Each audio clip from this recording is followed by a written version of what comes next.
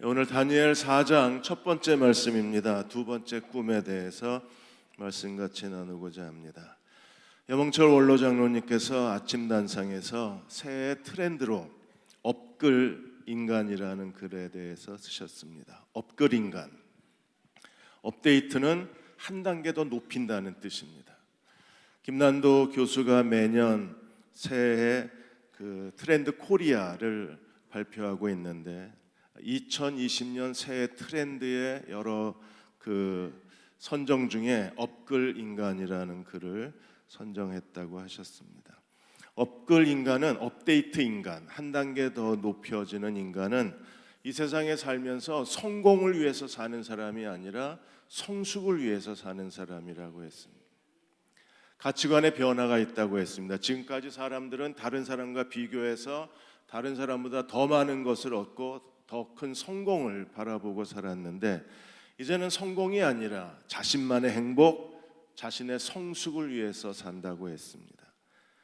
그래서 원로 장로님은 톨스토이의 글을 인용을 하셨습니다. 성장은 끊임없이 더 나은 사람이 되는 노력이라고 했습니다. 하나님을 섬기는 그리스도인들도 매일 더 나은 그리스도의 제자가 되어야 할 것입니다. 더 나은 사람은 어떤 사람이 더 나은 사람일까요? 하나님의 사람은 어떤 사람이어야 할까요? 오늘 다니엘 4장을 통해서 느부갓네살 왕의 두 번째 꿈을 통해서 더 나은 사람이 누구인가를 우리에게 보여주셨습니다. 느부갓네살 왕이 교만해졌습니다. 그는 금신상의 금머리에 해당되는 가장 큰 제국의 왕이라고 그렇게 하나님이 인정을 하셨어요. 그러자 느부갓네살이 자신의 금신상을 만들어 놓고 모든 백성이 그 금신상 앞에 절하기를 요구를 했습니다. 그러다 마침내 그는 스스로 이런 자만심에 빠졌어요. 4장 30절에 보시면 그는 자신에 대해서 이렇게 얘기합니다. 나 왕이 말하여 이르되 이 큰 바벨론 세계 대제국에 대해서 그는 이렇게 평가를 했습니다. 내가 능력과 권세로 건설하여, 내가 능력과 권세로 건설하여 나의 도성으로 삼고, 그리고 이것으로 내 위엄의 영광을 나타낸 것이 아니냐. 내가 이 큰 바벨론을 건설해서 내 영광을 드러내었다는 자만심에 빠졌습니다. 스티브 알렌 밀러 보고서에 의하면 느부갓네살 왕이 자만심에 빠질만 합니다. 왜냐하면 바벨론은 가장 큰 제국의 도시였기 때문입니다. 당시에 각 나라의 국력을 그 나라의 성의 넓이와 성의 길이로 평가를 했습니다. 바벨론은 직사각형 도시입니다. 그리고 그 성벽이 이중 성벽으로 되어져 있었는데 안쪽 성벽의 두께는 6.5m, 바깥쪽 성벽 두께는 약 3.5m, 성벽 두께만 10m입니다. 그리고 그 직사각형의 둘레가 90km에 달했습니다. 그리고 높이가 12m에 이르러요. 당시 세계에서 가장 큰 성을 건축한 사람이 느부갓네살이었습니다. 이 큰 바벨론, 그 말은 사실이었어요. 그리고 나중에 유프라테스 강 동쪽에 또 하나의 그 왕궁을 지었는데 그 성벽의 외벽이 7.5m, 그리고 바깥벽이 7m. 그 성벽으로 말 4마리가 끄는 마차가 지나갈 정도로 그 성은 크고 웅장하고 위대했습니다. 우리가 잘 아는 것처럼 바벨론에 3개의 왕궁이 있고 무엇보다도 세계 7대 불가사의 중에 하나인 공중정원을 건축한 사람이 느부갓네살 왕입니다. 이 공중정원은 7층 구조로 되어져 있습니다. 바벨론 성의 12m 높이보다 훨씬 더 높은 구조의 거대한 정원을 꾸며 놓았어요. 이 7층 구조로 그 유브라데스 강의 강물을 끌어올려서 거대한 숲을 이루었습니다. 중앙에 큰 광장이 있고 광장을 둘러싸서 크고 작은 방이 100여 개가 있습니다. 그리고 광장 한가운데 거대한 목욕탕을 지어 놓았어요. 이게 메소포타미아 문명의 그 지적 지식이 계속 축적이 되어서 그들은 이 수수께끼입니다. 그래서 세계 7대 불가사의 중에 하나예요. 그 물을 끌어올려서 거대한 정원을 만들어 놓은 겁니다. BC 6세기에 가장 큰 완벽한 파라다이스이며 지상 최고의 낙원이라고 불리어집니다. 느부갓네살이 이 공중 정원을 지은 이유는 그 아미티스 왕비를 너무 사랑했기 때문에 그 왕비의 요청으로 이 신비스러운 지상 최고의 낙원의 공중 정원을 건축했다고 그랬어요. 이 큰 바벨론의 웅장함을 그대로 보여주고 있습니다. 오늘 다니엘 4장은 두 왕의 이야기입니다. 하늘의 왕 하나님과 바벨론의 왕 느부갓네살의 이야기예요.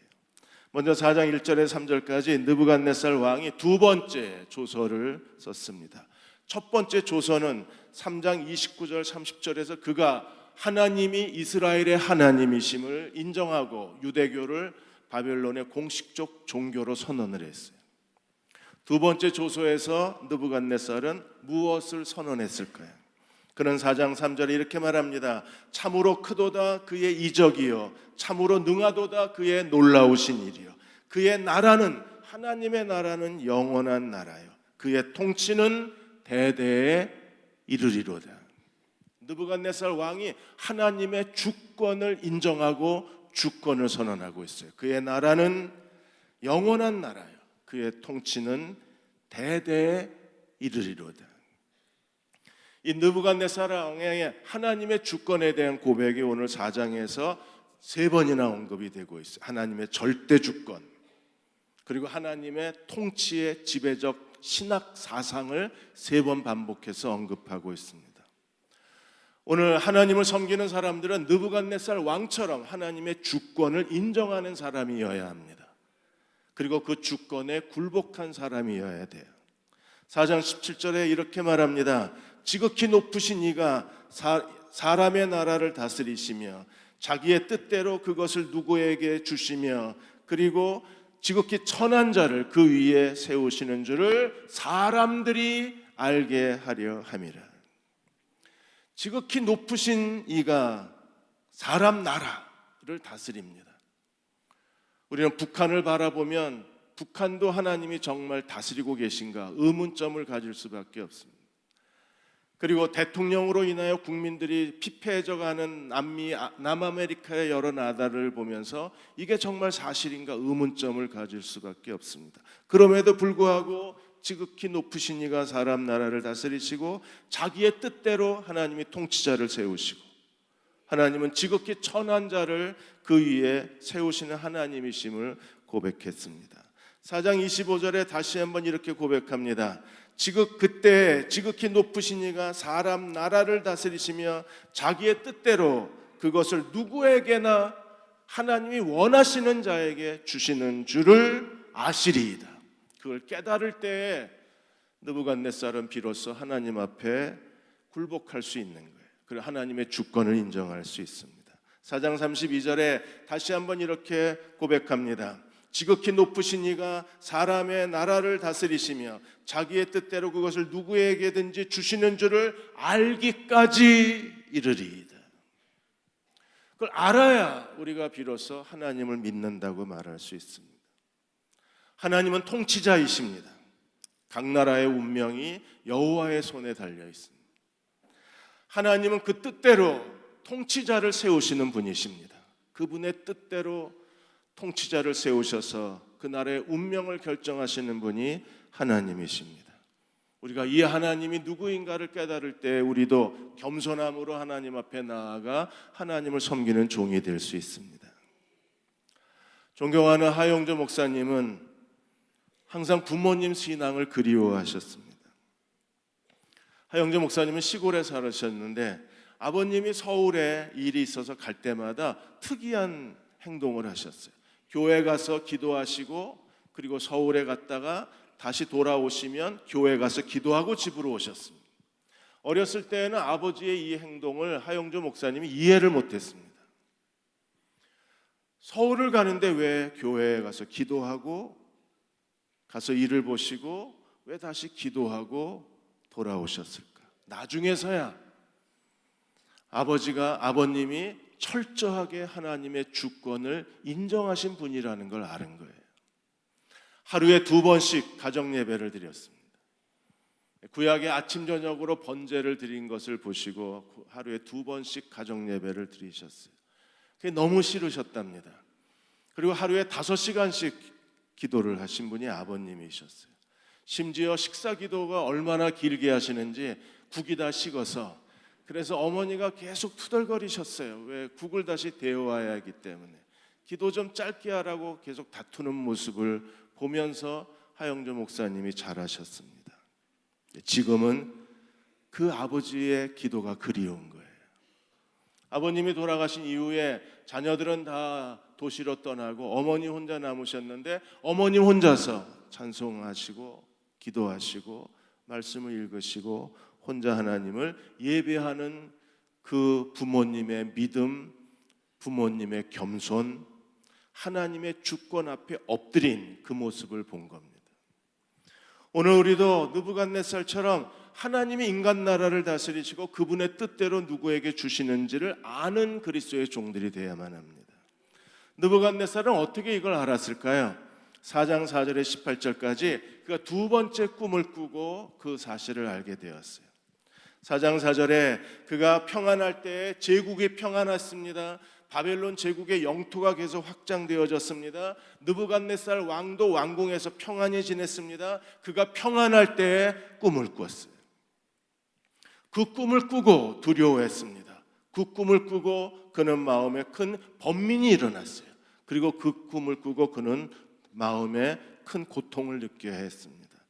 그래서 바벨론 모든 박사들, 지혜자들을 다 부르고 그 꿈을 이야기해주고 2번째 꿈을 이야기해주고, 첫 번째 꿈은 바벨론의 지혜자들에게 꿈과 해석을 다 알아내라고 그랬는데, 2번째는 꿈을 얘기해주고 해석을 알게 해달라고 그랬는데 누구도 해석해주는 사람이 없었어요. 8절에 그 후에 다니엘이 느부갓네살 왕에게 들어왔습니다. 그 후에 다니엘이 내 앞에 들어왔으니 그는 내 신의 이름을 따라 벨드사살이라 이름한 자여 그의 안에는 거룩한 신들의 영이 있는 자라. 느부갓네살은 이 다니엘에게 모든 기대를 걸었어요. 그래 9절에 박수장, 모든 지혜자의 어른이었어요. 다니엘은 누굽니까? 모든 정치의 우두머리, 모든 종교의 우두머리, 그래서 박수장이었어요. 박수장 벨드사살아, 내 안에는 거룩한 신들의 영이 있은즉 어떤 은밀한 것이라도 내게는 어려울 것이 없는 줄 내가 아노니 내 꿈을 네가 해석해내라. 느부갓네살 왕의 꿈은 크게 3가지예요. 하나는 큰 나무에 대한 것. 이 큰 나무를 세계수, 월드트리라고 얘기합니다. 헬라어 성경에는 우주의 나무라고 그랬어요. 개역 성경에는 큰 나무라고 불렀습니다. 나무. 그리고 한 순찰자가 2번째 꿈의 내용이고 3번째가 그루터기에 대한 내용이에요. 한 나무를 보았습니다. 중앙에 있는 한 나무를 보았는데 굉장히 높은 나무였어요. 11절에 보시면 그 나무가 어떤 모습이었는가를 느부갓네살이 설명합니다. 그 나무가 자라서 견고해졌어요. 어느 정도까지? 높이가 하늘에 이르렀어요. 그 높이가 하늘에 닿았고, 그리고 그 나무는 땅 끝에 있는 모든 사람들이 볼 수 있는 아주 큰 나무였어요. 그리고 그 나무는 어떤 나무였습니까? 12절에 보시면 잎사귀는 정말 아름다웠습니다. 열매는 너무 많았습니다. 그래서 만민이 다 그 나무 열매로 배부르게 먹었어요. 그 그늘에는 들짐승이 깃들고, 그리고 공중에 나는 새는 그 나무가지에 깃들고, 육체를 가진 모든 것들이 다 그 나무에서 먹을 것을 얻을 정도로 이 나무는 크고 풍성하고, 그리고 모든 그 들짐승이나 새나 육체를 가진 모든 짐승들에게 놀라운 혜택을 베풀어 주었던 나무였습니다. 이게 나무의 꿈입니다. 2번째는 이제 순찰자에 대한 꿈을 꿉니다. 그래서 13절에 한 순찰자를 봤는데 이 순찰자는 어떻게 했습니까? 그가 하늘에서 내려온 거룩한 사람이에요. 그가 14절에 이 순찰자는 큰 소리를 질렀습니다. 큰 소리를 질러서 나무를 베어내라. 그 크고 아름다운 나무를 베어내요. 가지를 잘랐습니다. 잎사귀를 다 떨구었습니다. 열매를 다 떨구었습니다. 그리고 짐승들과 새들을 다 쫓아내버렸어요. 이제 나무는 베어내고 잎사귀도 가지도 들짐승도 새들도 다 쫓겨났습니다. 그리고 세 번째 꿈의 내용이 구루터기에 대한 내용이에요. 그래서 15절에 구루터기만 땅에 남겨놓고 어떻게 했습니까? 쇠와 놋줄로 동이고 그리고 들불 가운데 두고 하늘의 이슬에 젓고 땅의 풀 가운데 짐승과 더불어 제 몫을 두리라. 들짐승과 같이 거하게 하나님께서 구루터기를 내버려 두셨습니다. 구루터기를 심판을 하셨습니다. 그리고 이 구루터기에 또 다른 한 면이 있는데 16절에 그 마음이 변하여 사람의 마음이 변하여 짐승의 마음을 가지고 무려 7대 7회 7년을 보내야 했었습니다. 하나님이 이렇게 하시는 이유가 무엇입니까? 나무, 순찰자, 구루터기. 하나님이 이렇게 하시는 가장 중요한 목적이 뭐예요? 17절에 이는 순찰자들의 명령대로요 거룩한 자들의 말대로이니 이것을 통해서 하나님이 깨닫게 하시는 게 무엇입니까? 지극히 높으신 이가 사람의 나라를 다스리시며 자기의 뜻대로 그것을 누구에게든지 주시며 지극히 천한 자를 그 위에 세우시는 줄을 사람들이 알게 하려 함이라. 그 꿈의 목적이 여기에 있었어요. 이제 다니엘이 이 꿈을 해석합니다. 다니엘이 꿈을 해석하는 장면이 4장 19절에서 27절까지 이 꿈을 해석하는 거예요. 다니엘이 꿈 이야기를 듣고 제일 먼저 보인 반응이 무엇입니까? 19절에 다니엘이 한동안 말이 없었어요. 너무나 놀랐습니다. 그리고 번민했습니다. 그리고 한참 후에 느부갓네살 왕에게 이 꿈을 해석했습니다. 뭐라 그랬어요? 이 꿈이 왕이 아니라 다른 사람에게 이 꿈이 이루어졌으면 좋겠습니다. 왜냐하면 그 꿈의 내용은 너무나 충격적이었기 때문에 그렇습니다. 그 왕에게 느부갓네살 왕에게 내리는 하나님의 심판이었기 때문에 다니엘은 말하기가 두려웠습니다.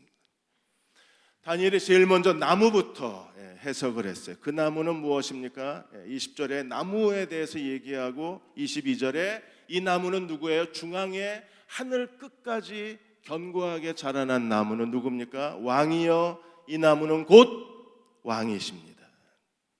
나무가 견고해지고 창대해져서 하늘에 닿고 권세는 땅 끝까지 미쳤어요.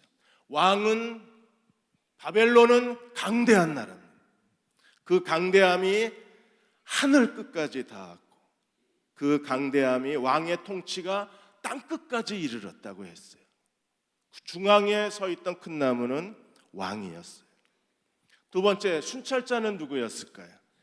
23절에 왕이 보신즉 한 순찰자, 하나님의 심판의 천사가, 거룩한 자가 하늘에서 내려와서 나무를 베어냈는데, 그리고 구루터기를 쇠사슬로 묶었는데, 이 꿈은 어떤 꿈입니까? 24절에 왕이여, 그 해석은 이러합니다. 순찰자에 대한 해석은 이러하나이다. 곧 지극히 높으신 이가 명령하신 것이 내 주 왕에게 미칠 것입니다. 느부갓네살이 하나님이 느부갓네살을 심판하신 거예요. 25절에 느부갓네살 왕이 어떻게 됩니까? 왕이 사람에게 쫓겨나서 들짐승과 함께 살며 소처럼 풀을 먹으며 하늘 이슬에 젖을 것이요 이와 같이 7대를 지낼 것이라. 하나님이 느부갓네살 왕을 왜 이렇게 하십니까? 사람에게 쫓겨나서 들짐승과 같이 거주하고 소처럼 풀을 먹으며 하늘의 이슬에 젖은 채 7회를 지나게 될 것이라. 하나님이 느부갓네살 왕을 이렇게 비참하게 만드신 이유가 어디 있어요?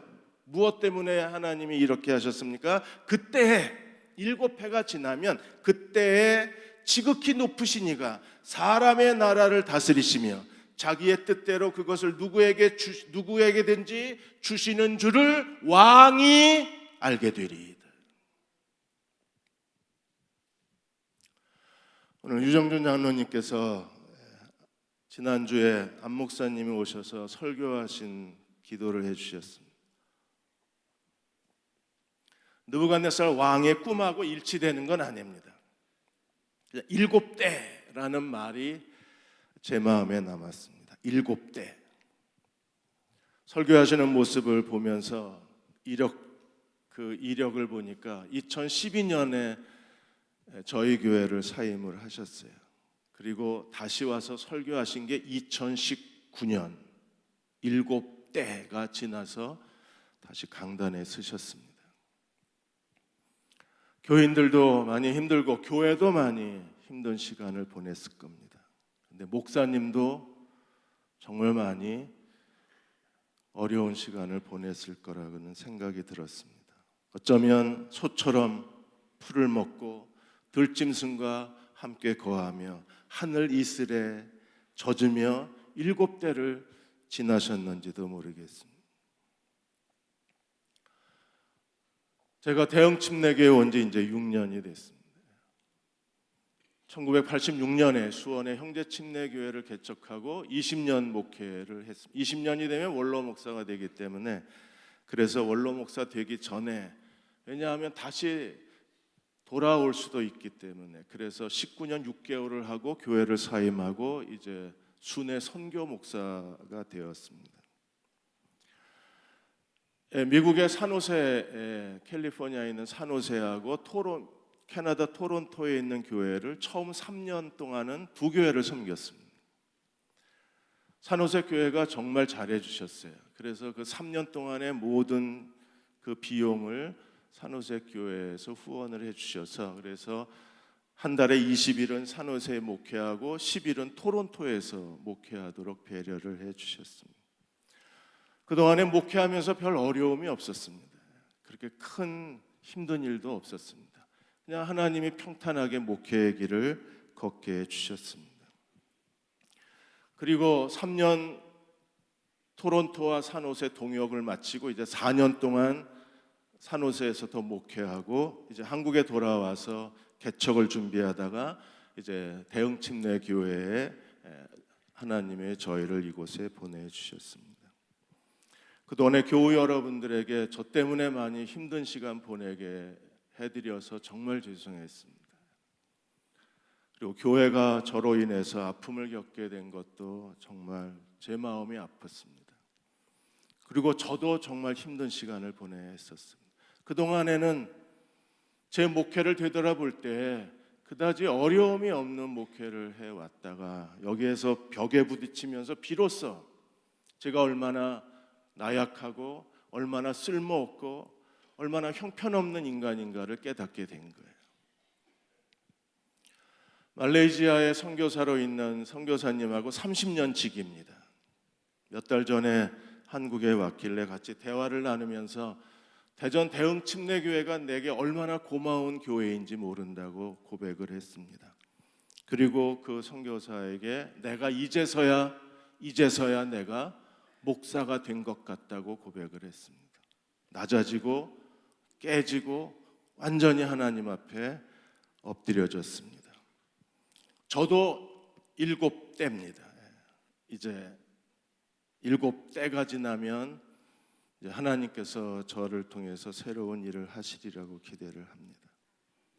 하나님이 순찰자를 통해서 나무를 베어내신 것, 그리고 그루터기만 남겨놓으신 것은 느부갓네살 왕으로 하여금 들짐승과 같이 거하고, 그리고 소처럼 풀을 먹고 하늘 이슬에 젖어서 7회를 지나고 그가 마침내 하나님이, 지극히 높으신 하나님이 인간 나라를 다스리시고 자기의 뜻대로 통치권자를 세우시는 분이심을 고백하게 만드신 것이 하나님의 기이한 일이었어요.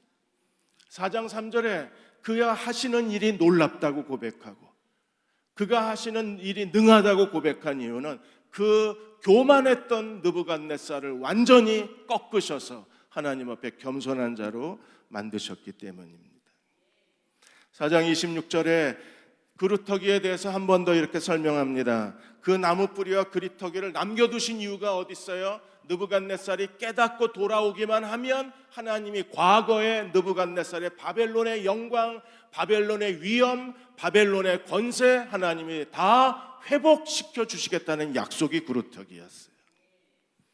그리고 다니엘은 느부갓네살 왕에게 하나님의 심판을 피하는 법을 가르쳐 주었어요. 하나님은 우리에게 심판을 명하셨지만 그러나 우리의 죄를 속하기만 하면 하나님은 우리의 심판을 면제시켜 주시는 하나님이십니다. 느부갓네살 왕에게 두 가지를 가르쳐 주었습니다. 하나는 27절에 공의를 행함으로 죄악을 속하시옵소서. 그리고 가난한 자에게 자비를 베풀므로 죄악을 사하시옵소서. 우리가 자신의 죄를 하나님 앞에 용서받으면 심판은 연기되거나 심판은 면제되는 겁니다. 두 가지를 하라고 그랬습니다. 이제부터 공의, 정직하고 진실하게 사십시오. 그래서 죄를 용서받으십시오. 가난한 사람들에게 자비를 베푸십시오. 그리고 죄를 용서받으십시오. 천주교인들의 가장 중요한 신학사상이 무엇입니까? 우리가 다른 사람들에게 자비를 베풀므로 하나님이 우리의 죄를 용서하신다고 믿는 게 천주교인들의 신앙입니다. 초대 교부와 교황들이 그렇게 가르쳤어요. 오늘 다니엘도 그렇게 말합니다. 우리가 다른 사람들에게 자비를 베풀므로 너의 죄를 용서받으라고 권면하는 거예요. 그러나 느부갓네살은 그렇게 하지 않았어요. 그리고 결국 1년 뒤에 느부갓네살은 꿈을 꾼 대로 사람에게 쫓겨나서 들짐승과 함께 거하게 되고 소처럼 풀을 먹으며 하늘 이슬에 젖은 채 7회를 보내게 됩니다. 사랑하는 여러분, 하나님은 오늘도 우리의 심판을 연기해 주시는 하나님이십니다. 우리가 하나님 앞에 겸비한 마음으로 그리고 참회의 마음으로 산다면 심판은 연기가 되는 거예요. 엘리야 선지자가 아합과 이사벨에게 가서 하나님의 무서운 심판을 전했습니다. 그러나 아합 시대에 그 심판이 임하지 않았어요. 어떻게 된 일일까요? 열왕기상 21장 29절에 그 일에 대해서 이렇게 말씀하셨습니다. 아합이 내 앞에서 겸비함을 내가 보느냐? 그가 내 앞에서 겸비함으로 내가 재앙을 저의 시대에 내리지 아니하고 그 아들의 시대에 그 집에 재앙을 내리겠노라. 아합이 겸비하자 하나님이 아합에게 내리기로 약속하셨던 그 무섭고 잔인한 하나님의 심판을 하나님의 아들 시대에 넘겨버린 거예요. 아합의 아들은 무슨 죄입니까? 아버지가 겸비함으로 하나님의 심판이 연기된 것을 자식이 보았으면 자식도 겸비하면 하나님의 심판이 면제되거나 없어질 거예요. 우리도 하나님 앞에 하나님 왜 우리에게 고난을 주시고 왜 시련을 주시고 아픔을 주시나요?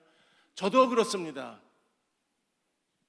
제 안에 이제는 하나님 앞에 시련과 연단이 끝난 줄 알았어요. 이제 목회를 끝내야 될 시기였기 때문에 시련과 연단이 끝난 줄 알았어요. 그러나 끝난 게 아니었습니다. 하나님 우리에게 고난을 주시는 이유는 어디 있나요? 그것을 통해서 마침내 하나님의 주권 앞에 굴복하게 하시는 겁니다. 하나님의 주권에 굴복한 사람만이 더 나은 인간이 되는 거예요. 하나님이 원하시는 진정한 하나님의 사람은 하나님의 주권을 굴복한 사람입니다. 하나님은 모세를 쓰실 때 어떻게 하셨나요? 모세가 40년 광야에서 방황하게 하셨습니다. 양떼를 지키는 목동이 되게 하셨습니다. 그리고 시내산 호렙산에서 하나님이 모세를 다시 부르셨을 때 하나님이 모세에게 뭐라고 그러셨어요? 네 발에서 신을 벗으라. 네가 선 곳은 거룩한 곳이라 그랬어요. 신발을 벗는 것은 자기를 포기하는 겁니다. 하나님의 주권을 인정하는 행위가 되는 거예요. 40년 광야가 마침내 모세가 하나님의 주권 앞에 무릎을 꿇고 자기 발에서 신을 벗게 만든 거예요. 벗었다고 착각했는데 아직까지 벗지를 않은 거예요. 하나님이 요셉을 애굽의 바로 앞에 세우시기 전까지 요셉은 노예와 죄수로 무려 그가 13년의 고통스러운 시간을 보내야 했어요. 13년 동안 요셉은 사람에게 버림을 받아서 형들과 가족에게 버림을 받고 소처럼 풀을 먹고 하늘 이슬에 젖고 그리고 들짐승과 같이 거하는 비참한 고통스러운 날들을 보내야 했습니다. 정말 험악한 시간을 보내야 했습니다. 그러나 그것을 통해서 요셉이 하나님 앞에 무릎을 꿇었을 때 하나님은 요셉을 바로 앞에 세우실 수가 있었어요. 다윗도 하나님이 기름 부으심 받은 사람이었지만 사울이 죽이려고 하는 그 사울의 추격을 피해서 무려 10년 동안을 광야에서 방황해야 했어요. 10년 동안 한 곳에 거주했나요? 아니요. 다윗의 도피했던 도시와 성읍이 무려 16군데입니다. 10년 동안 16군데를 도피해 가면서 그 600명 그 2,000명이 되는 사람들을 이끌고 사울의 추격을 피해서 죽음의 위협에서 도피한다는 것 결코 쉬운 일이 아니었을 거예요. 그의 인생에 가장 고통스럽고 지루하고 힘든 시간이었을 겁니다. 그러나 그 시간을 통해서 마침내 하나님이 다윗을 하나님 마음에 합한 사람으로 하나님 앞에 세워놓으실 수 있었습니다. 느부갓네살 왕의 교만이 깨졌어요. 이 큰 바벨론 내가 세웠다, 내 영광이다, 내가 했다는 그의 교만이 완전히 깨져버렸어요. 4장 37절에 느부갓네살이 이렇게 고백합니다. 그러므로 지금 난 느부갓네살은 하늘의 왕을 찬양하며 칭송하며 경배하노니 그의 일이 다 진실하고 그의 행하심이 의로우심으로. 이게 진실한 일인가요? 이게 정말 의로운 일입니까?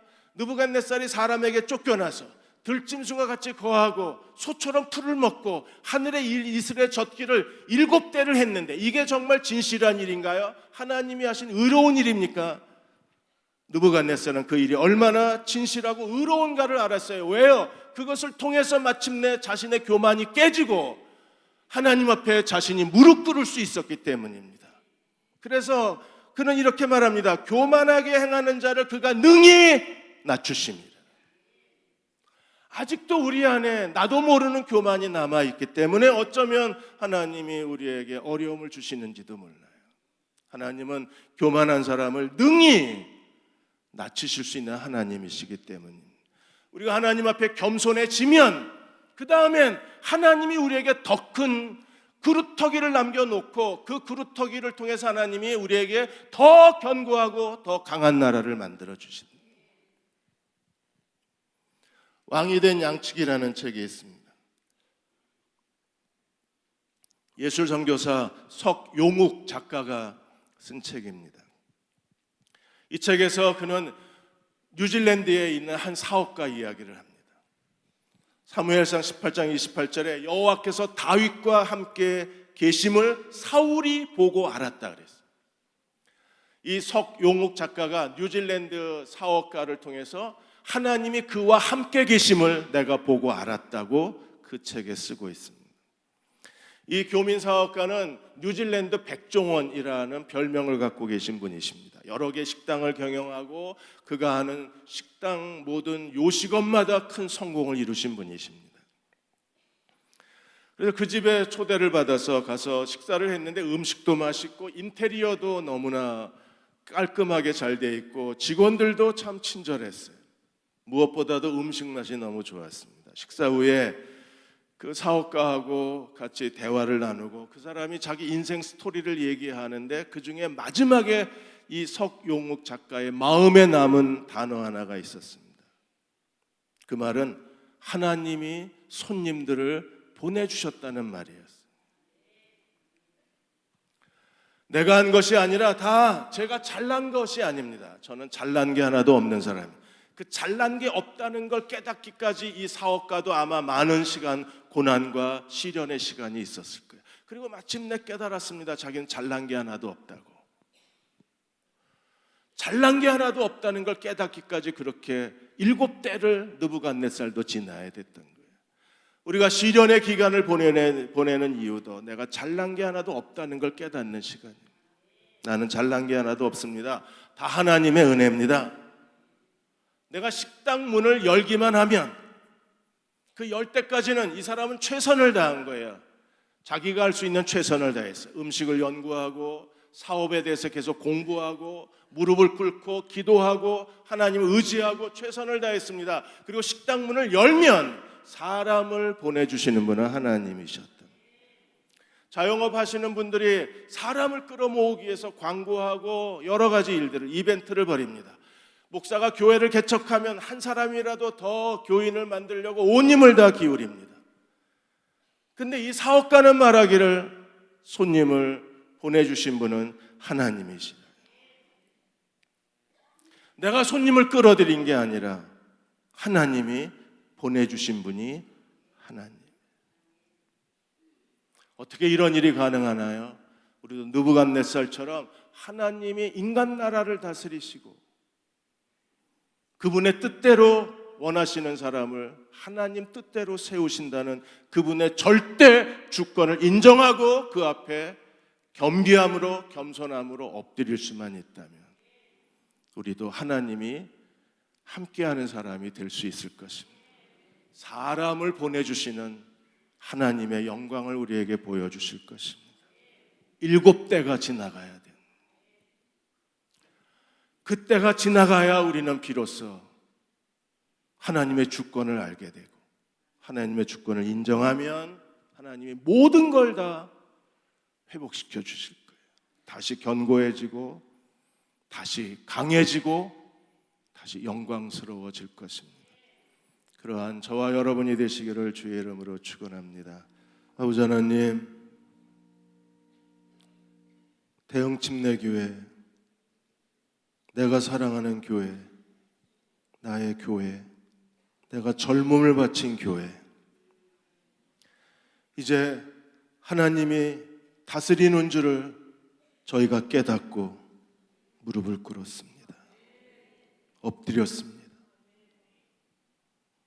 하나님 앞에 항복하고 우리 자신을 내려놓았습니다. 다시 회복하게 하여 주옵소서. 그루터기를 남겨놓으시고 왕의 나라를 견고케 하시리라 약속하신 주님이 다시 대형 침례교회를 견고케 하시는 놀라우신 하나님의 부흥과 회복이 일어나게 하여 주옵소서. 어려움을 당한 사랑하는 교우들이 있습니다. 한순간에 우리가 그렇게 소중히 여겼던 나무가 베어져 버렸습니다. 아름다웠던 잎사귀는 다 떨어지고 나뭇가지는 다 부러지고 새들도 짐승들도 다 사라져 버렸습니다. 엎드렸습니다. 하나님이 하신 일임을 고백합니다. 하나님은 진실하시고 의로우신 분이십니다. 나를 내려놓습니다. 주여 이제 회복시켜 주옵소서. 하나님의 기적과 능력이 우리의 삶에 나타나게 하여 주옵소서. 지금 우리를 죄에서 구원하신 우리 주 예수 그리스도의 은혜와 하나님 아버지의 극하신 사랑하심과 성령의 위로하고 도우신 은혜가 11월의 마지막 주일 예배 드리고 돌아가는 모든 교우와 가정과 자녀들 위에, 이 민족과 이 땅의 모든 교회 위에 지금부터 영원히 함께 하시기를 간절히 축원하옵나이다. 아멘.